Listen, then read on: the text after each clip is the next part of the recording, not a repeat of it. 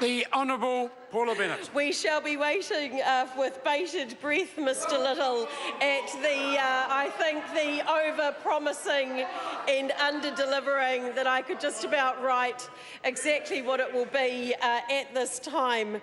And I think that he may be coming back and apologising perhaps for his words that he's given us today on how great that announcement on Sunday just may not be, as the case is.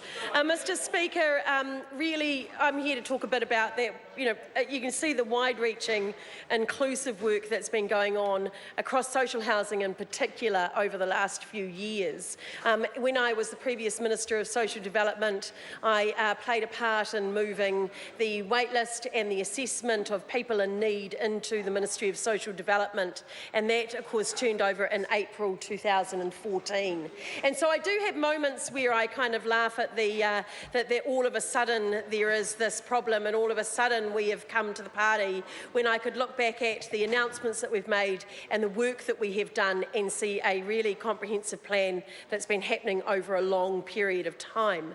And when I left Social Development, for the first time we had a Minister of Social Housing, and it was the first time that that portfolio actually went under one minister and wasn't just a percentage time. That was because of the importance that the Prime Minister put on social housing and recognised that actually it needed more of a focus, and that is what it's had.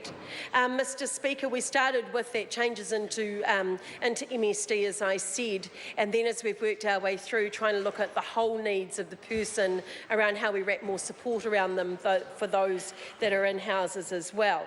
I do want to clear up a couple of things though, because I think that as much as they can say it as often as they like, but when the announcements were made around the 41 million that is going into emergency housing, it was made here in Wellington outside the night shelter, number of media there. It was really clear that it was going to be supporting places like the Wellington night shelter to keep their doors open where they've never had funding before from government, certainly no certainty of it, and as such this played a significant part in them able to not just keep their doors open and provide the beds they already had, but equally add to it and make sure that there were new beds. If the Labor picked it up incorrectly and started running out that it was all new houses, then new beds, then actually that's them and not us that took it there.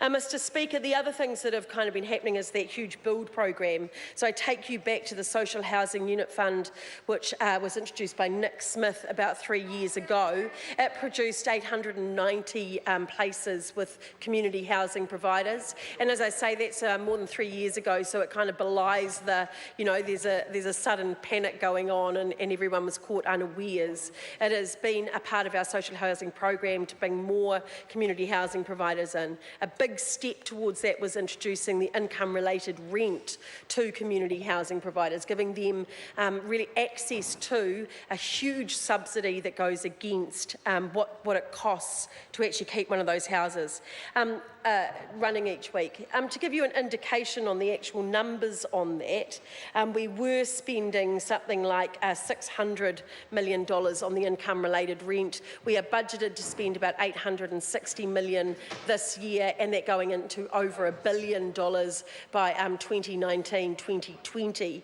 A huge investment there. That is where a tenant on average pays about $100 a week, and the government picks up the rest of the tab, or the taxpayer does.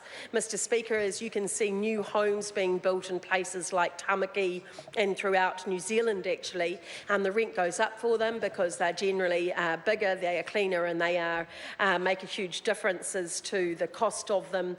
We pick up that rent and that bill is going up for them as we can see that happening. The difference now is that community housing providers can get a portion of that income-related rent as well. We're spending over $2 billion in total on over the next 2 years. It will get to $2 billion a year. That's on that part, which is the income-related rent, as I said, and equally the accommodation supplement that is helping about 260,000 households and their rent each week and the difference that it's making. They choose to ignore the making houses warmer and healthier of more than 300,000 homeowners and rental properties have had that this year. Mr Speaker, I'm proud to be a cog in this very comprehensive housing plan. Marama.